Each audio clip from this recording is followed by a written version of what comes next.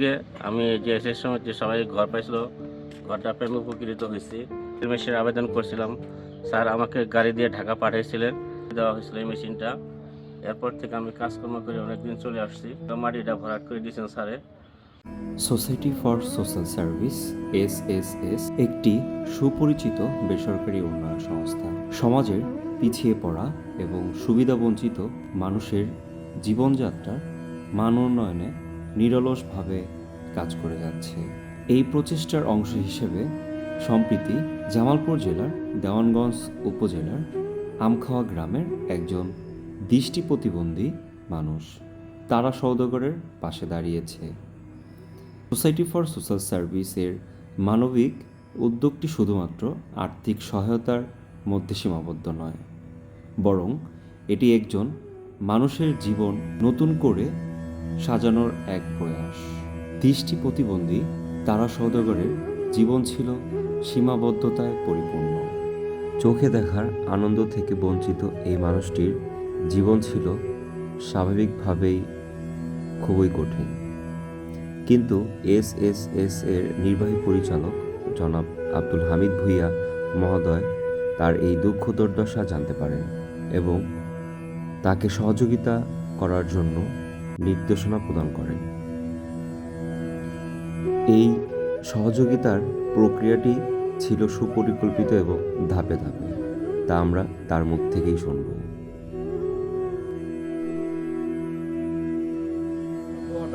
এই জন্য আপনাকে আরো 5,000 টাকা, মোট 10,000 টাকা আপনাকে নতুন দেওয়ার সিদ্ধান্ত হয়েছে। ঠিক আছে? আচ্ছা, উনি ব্যাংককে চিকিৎসাধীন আছে, আপনি ওনার জন্য একটু দোয়া করেন। স্যারের সাথে আমার কয়েকবার দেখা হয়েছে।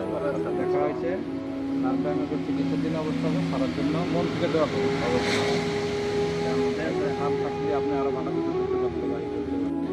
আর সাহায্যের পরিমাণ তো চাহিদা এখন অনেক, প্রতিদিন 1000, 20, 30, 40, 50 জন লোক এরকম আবেদন করিয়ে যেতেছে।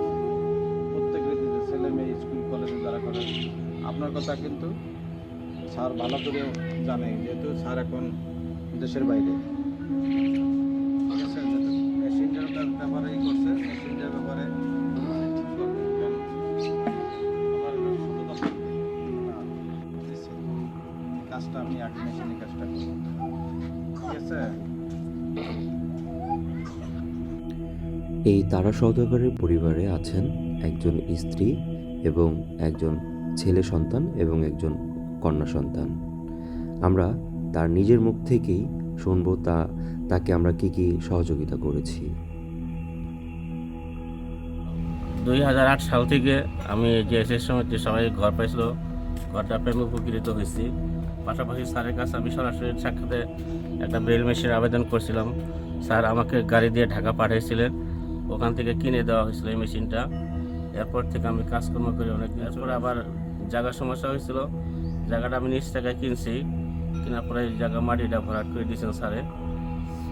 আর এখন আবার আবেদন করার পরে এই টাকাটা পাইছি, আমি খুবই খুশি এই ব্যাপারে। আচ্ছা, আমাদের স্যারের জন্য অবশ্যই দোয়া করবেন, স্যার অনেক অসুস্থ। আমাদের চারপাশে এমন অসংখ্য মানুষের যারা চোখে দেখে না, দৃষ্টি প্রতিবন্ধী এবং নানা ধরনের প্রতিবন্ধী আছে। আমাদের নির্বাহী পরিচালক মহোদয় এই মানুষগুলোর পাশে সবসময় সে সহযোগিতা হাত বাড়িয়ে দেন। এই তারা সওদাগরের ঘর বলতে 2টি ঘর আছে, একটি টিনের ঘর, একটি বাঁশের বেড়ার ঘর। একটিতে তিনি তার স্ত্রী থাকেন, আরেকটিতে তার সন্তান থাকেন। এখানে তাকে স্বাস্থ্যসম্মত ল্যাট্রিন করে দেওয়া হয়েছিল। এর পাশাপাশি তার বাড়ির আঙিনায় পারিবারিক যে সবজি চাহিদাটা এটা পূরণ করার জন্য উনি নিজে থেকেই কিছু পেঁপে গাছ লাগিয়েছিলেন এবং শাকসবজি লাগিয়েছিলেন।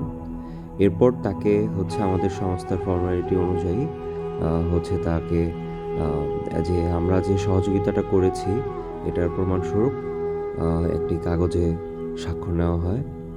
যদিও এটা তাকে পরবর্তীতে আমরা কি লিখে নিলাম বা আমরা তাকে যে এই টাকাটি দিয়েছি, কি পরিমাণ টাকা দেওয়া হয়েছে এটাই প্রমাণস্বরূপ একটি স্মারকলিপিতে সওদাগর তাকে স্বাক্ষর দেওয়া হয়। আলী গ্রাম পূর্ব আমখাওয়া, ডাকঘর কাটারবি, উপজেলা দেওয়ানগঞ্জ, জেলা জামালপুর।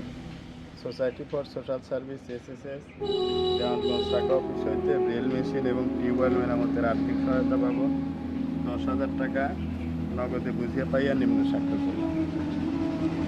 এটাতে স্বাক্ষর করলাম। ঠিক আছে, সবাই ভালো থাকেন, আল্লাহ হাফেজ।